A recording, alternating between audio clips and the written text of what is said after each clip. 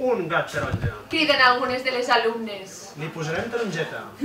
Tarongeta vol dir taronja petita. Al principi l'aposta és per ser una editorial de proximitat, per fer presentacions, per arribar al públic d'una manera molt directa, sempre en complicitat amb altra gent que treballa també d'aquesta manera. De com n'era de recent aquesta guerra fins llavors. Tot i que no es pot fugir de totes les evidències que la recorden. Els omnipresents banderes i escuts d'una independència d'estrena. Terra estrangera. Vam veure que no hi havia cap llibre que expliqués les aventures o les vivències dels professors de català que viuen a l'estranger i que ensenyen català a l'estranger. I aleshores vam pensar, per saber què viuen, perquè ho expliquin, com fer-ho perquè ho expliquin, com es fa una crida. Doncs vam fer un premi literari. Llavors, amb els 5 premis i un relat guanyador més, una menció, vam fer aquest llibre. Costa destapar el bolígraf vermell de professor i cridar tots els mots a l'ordre. Si voleu, em sento una mica com el veí aixafar guitarres, que tu està a la porta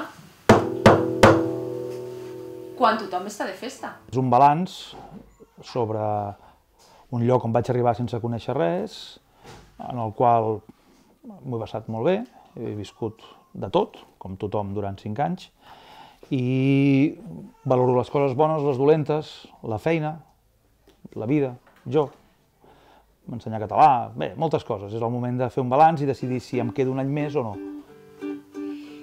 I el de l'Europa de l'Est, que pot pertànyer a qualsevol dels 3 tipus anteriors, però amb la particularitat que no acaba de marxar mai. Són 6 històries molt diferents, de 6 països molt diferents i a més escrites de formes molt diferents, perquè cada autor el que ha fet és fer literatura de la seva vivència d'una manera. Alguns és com una crònica periodista, un altre s'ha inventat una història juntant 2 països amb un artefacte narratiu que va d'un país a l'altre, perquè és un que ha estat a Iran i que ha estat a Rússia, i aleshores fa això. Un altre fa com una reflexió, un altre com una aquarel·la poètica, és a dir, que cada un ha més sentit de l'humor.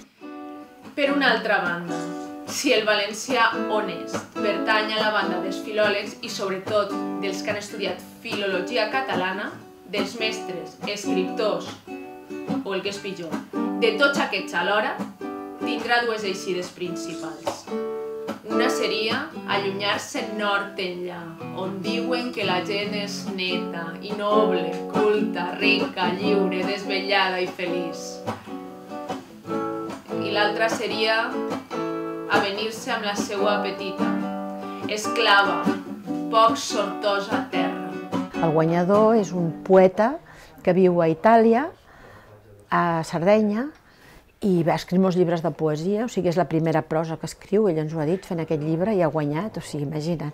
I serà també del proper jurat, i es convocarà al setembre, aquest premi. A mi el que em sembla interessant d'aquest llibre és que dona visibilitat a un col·lectiu que molta gent no sap que existeix. Aquí a Catalunya no se sap que hi ha un munt de professors de català a l'estranger, en moltes universitats estrangeres, i clar, per primera vegada tenen visibilitat. I penseu que ells són realment els ambaixadors del català, molt més que això de les ambaixades que diuen, tots són ells. Són ells els que arriba la idea de Catalunya, del català i de la cultura catalana a molta gent de l'estranger. Veig el nord, el sud, la terra dels enganys, la terra d'amargors. Sempre sé que em plors. Soc del sud dels sentiments, soc del sud de les arrels,